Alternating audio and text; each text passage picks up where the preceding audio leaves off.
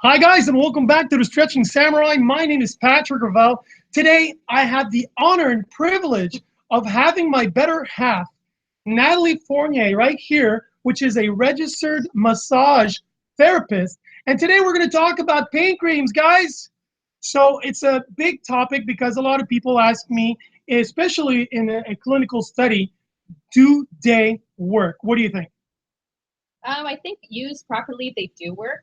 You have to know your oils, and of course, you need to get really good brand oils. You have to get the essential oils that have no other oils mixed in, just 100% pure.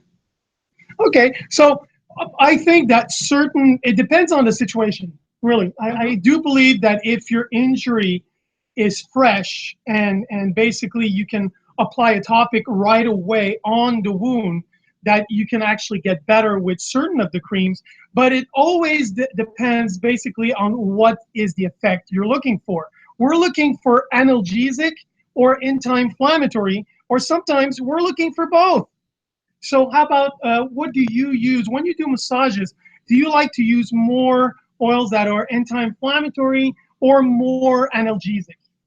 My brands of oils, I make my own mixes, and they contain both. So the first thing that I do with my clients is I try to calm the nervous system, because when the nervous system is agitated, you'll feel a lot more stress and a lot more pain.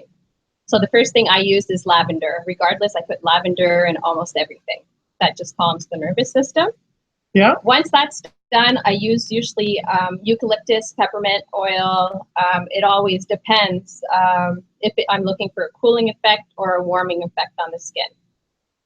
Oils are anti-inflammatory So and analgesic as well. Wow. So hey guys, this is something I didn't know. I just learned this right now as she was explaining to me a little bit the oils. Lavender is actually anti-inflammatory. It's also, a lot of people don't know this, but it's also a pain reliever.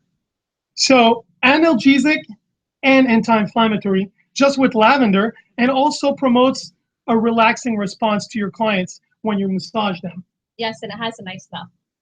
Yeah, I agree. It does have a nice smell. So basically, we're always going back to which one to use depending on what is the aches and pain of the client. And for my part, I've had a lot of clients, and I'd like to give a big shout out to Carmen. Yeah, hello, Carmen. Carmen. So I know a lot of people out there that had severe injuries and maybe a few operations, and they tell me pain creams are a waste of money. And the big problem is also root and nerve damage, because sometimes pain basically cannot be inhibited with a topical cream. Yeah, I do agree with that. Although I do like the hyacinth oil. That is one oil that. Why don't you show with the hyacinth oil? Yeah, guys, hyacinth oil this is my oil that I cannot basically live without. All my clients are addicted to it. I go through this, like I'm a pusher actually. We're always in Chinatown getting extra and extra and extra oils of this. All my clients buy it all the time off of us, and we're just using this a lot. It's actually good for decongestant. So I always start with that on my clients. I put a little bit here because when we do deep tissue, they will get very congested in the most part if they don't drink enough water, or just they get congested just from being laying on their stomach. Or so what I do is I use this, and then I make my own blends. So yes, this works very well. It has everything that I use actually. It has lavender, it has eucalyptus, camphor, and it's all my favorite oils rolled into one bottle. So basically, we're looking at a natural product. So guys, if you look at this product, hyacinth oils, basically this is a natural product. You can find it in Chinatown, and it has a lot of good properties if you're trying to basically reduce inflammation and everything. Mm-hmm. So this is I haven't used it a lot, but it says analgesic on it. Yeah, it's very good. The one thing when people buy that, I think they get afraid because it says turpentine oil on it. Turpentine? Like in paint? Yes, actually it's the same thing. Oh, that's interesting. But it is completely natural. It's from the pine tree. It's actually the pine, the sap from the pine tree. That is turpentine oil, what turpentine oil is. Well, that's interesting. And that's very analgesic also, and a great, great anti-inflammatory. Now, a lot of people ask me always the same question. Do I go with pharmaceutical brands or do I go with natural brands? And there's a big difference between both, because basically we've talked a little bit about ingredients right now, and we know that we have eucalyptus, which is natural, camphor, which is natural, we have arnica, which is totally natural, and we've got menthol, which is basically the prime ingredient in a lot of the products out there that are natural. Yes, and two others that are really worth mentioning would be ginger and clove also. Ooh, clove oil. Clove oil is really, really good. That's the best thing for a toothache. It's good for any aches, really, but it's really, really great for a toothache. Ginger is very good. It's inexpensive. You can actually use the grated kind, but that's if you're using it as an oil, in your oil or in your products, you're going to leave little sediments on your client, so they might not like that. So I sometimes use either the oil or the spice itself. But if you're making a recipe and it calls for ginger oil, you have to triple that amount when it's in dry. Oh, yeah. In the dry format. Wow, triple the amount? Yeah, triple the amount. Ooh. But usually, let's say it's 10 drops, it's not that much. You'll just put like maybe a teaspoon or half a teaspoon. Okay. Well, another thing that a lot of people ask me is, Pat, I had a question today. It was actually very simple. I've got a nice sheet. I did a lot of research for you guys today. Consider yourself lucky, and she did too. So we're trying to give you the best of everything that's out there for you to use today. So we're talking about what to use on a sprain or strain, or when you break a bone. Okay, a lot of people ask me that. What do I use? And basically now we're going to go more in a pharmaceutical grade. So this is the point where we're going to use methyl salicylate, which is basically, sorry for my pronunciation, basically it's aspirin, guys. Okay, a lot of compounds you're going to see aspirin in the compound, or basically another one is comfrey root, which is basically used, from camphor. That's it. So they use some pharmaceutical material in the base ingredients of the product as a soothing agent. So a lot of people sometimes ask me another question that I get a lot. Love it. Love it? Voltaren, Emule Gel. A lot of people ask me, what do you think of this, Pat? Well, guys, Voltaren, the prime medication in this is basically diclofenac. Now, I don't know if you know a little bit about diclofenac, but it's got the same properties of liquid morphine. That's what liquid morphine. It's called liquid morphine, actually, in the therapeutic world, if you can say. That's known as liquid morphine right here, Voltaren. Yeah, so a lot of people love this stuff because basically it's got liquid morphine basically inside. It's a byproduct of basic diclofenac. So a lot of people use this, and sadly enough, if you have a non-chronic pain, which is fresh, it's going to work very nicely. But after an operation, in order to get any kind of results out of Voltaren, and this is something that a pharmacist told me, you need to apply this stuff twice a day for the next week or so, just before it starts doing its work. So a problem, guys, if you're that kind of person that buys Voltaren and thinking I'm just going to apply it on my hand and that'll be it, I'm sadly to say it does not work. It only works, it's a little bit like creatine. You have to do a loading. So if there's a loading phase, so you have to use it twice a day for 5 days, and then you start getting actual benefits from the cream. If you do not do this recommendation that I'm saying to you right now, this is not going to work, okay? So that's one thing. And another thing I'd like to talk to you about, and this is Natalie. Yeah, Natalie. Natalie, she introduced me to this stuff, guys. 7 years ago? Yeah, 7 years ago. I blew my hip working a night shift in a club one day, and what happened is that my hip, I pulled my groin and I couldn't walk. And she said, why don't you use Yunnan Bayao? Yunnan Bayao is a root, basically. And what do you think its properties are, pretty much of this? Properties, you mean what does it do? Yeah, pretty much. It numbs the pain instantly. Actually, I was introduced to this product. I had lockjaw, and I was in severe pain. So I went to the same friend or the same person that I've introduced Pat to in Chinatown.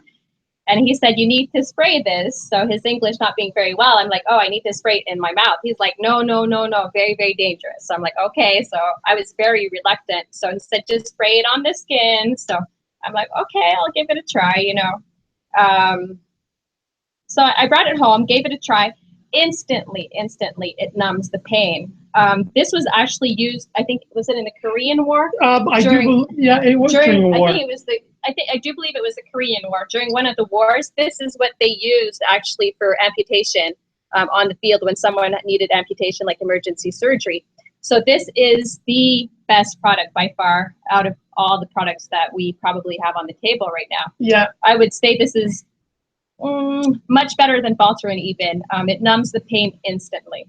And I gotta admit, guys, I've been using this product for all the time. I call it the magical spray. I work at the old Montreal CJEP. Every time somebody comes with an injury, I take out the magic can, I spray the ankle, the hip, or the lower back, and immediate release. Promotes blood stasis. It's great for muscle sprains, strains, broken bones. So basically, this is basically a miracle worker. Actually, it is. It's very, very good. There's nothing bad with this product, actually. It's just all around really good. We use it on athletes all the time after a race, before a race, just to numb a localized area. Pat was actually telling me about one athlete that bumped his head and had a really big gash at the CJEP, and he was bleeding. Yeah, really he was bleeding profusely. Yeah. And we had heard that this cauterizes. It's good for animals as well, but we had heard that it cauterizes. So Pat used it on his athlete, and immediately it stopped bleeding as well. No more blood. Yeah. It was immediately cauterized. It was amazing. I've never seen that in my life. This is like probably one of the best products you can find around, guys. It's hard to come by now though, because the language in it is it's all Chinese in the back. So we're having a hard time finding it, but in Chinatown you can get it in Chinatown. They have it if you're lucky. So basically, another product I'd like to introduce to you guys that not a lot of people have, which is basically Kita cream. Okay, now a lot of people know this product, but it's no, actually, it's homeopathic. It looks a lot like Voltaren in terms of colors, and basically, the fun stuff is that it's comfrey root. It was used in the Roman times for internal and external bleeding, and they used it for sprains, strains, and broken bones. Again, another product that looks a lot like Yunnan Bayao, but not a lot of people know this, but it's purely natural. It's a root. I would not suggest you ingest it because there have been serious side effects. But as a cream, it's pretty awesome. I love this cream. So today, if I would recommend different, basically sprain, strain, and broken bone creams, Voltaren, basically Yunnan Bayao, Kita cream, these are all basically great, and Hyson oil. Sure. These are all good, basically, if you've got a sprain or a strain. Muscle aches, now that's a different thing. If you've got a muscle or a spasm, a lot of people will say, I'll use Deep Cold, Myoflex, A535, and not a lot of people know this, but the main ingredients in all these is menthol. Yep, in most cases. So basically, we're looking at a concentration between 2% and 7% menthol. So I guess menthol is the prime choice. The common denominator in most. The common denominator. Yeah. Camphor is very good because it numbs and it has a cooling effect. So if it's in the summer that your client's hot, you don't really want to be applying hot products on them.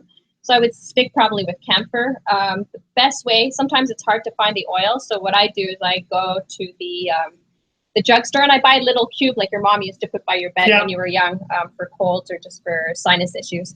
I grate that. You want to use the same grater again though, because it leaves some residue, but you grate it and you use it into your oil. You just finely grate it. It works amazingly well. My clients love it.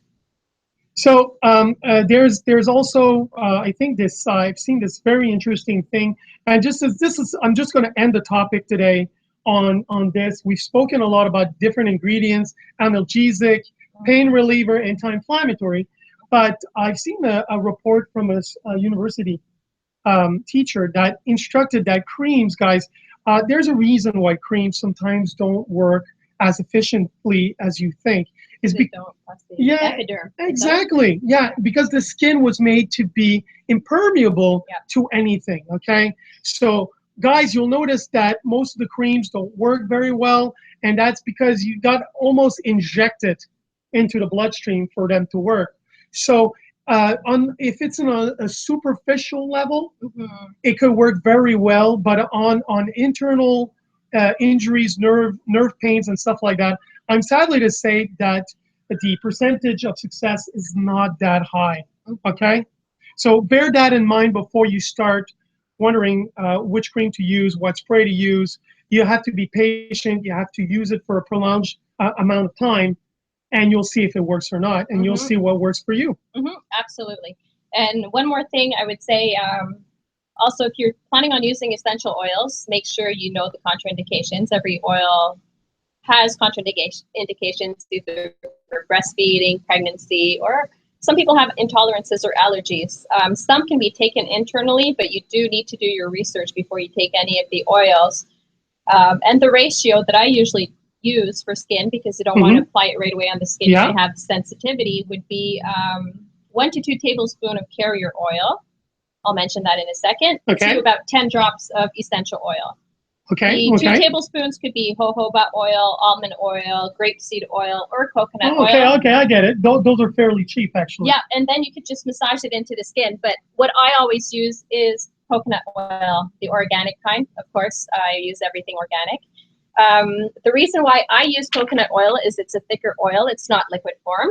So you could keep it in the fridge or just like take it out before your client gets there. It's cool. It's really nice to work with. It's soft. It's silky.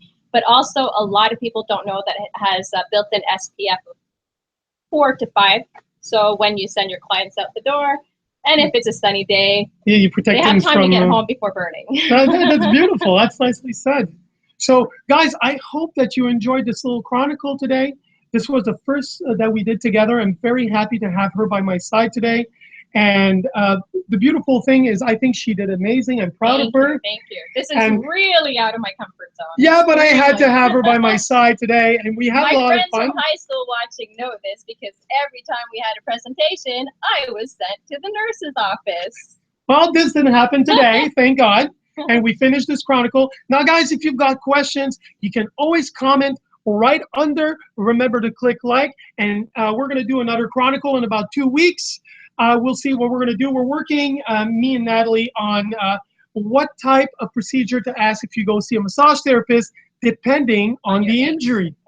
So you're going to want to stay for that one. So, guys, thanks so much for being there. Thanks for having me. Shout out to all our friends, and we will see you next time. Awesome. Ciao. Bye, Carmen. Bye, Carmen.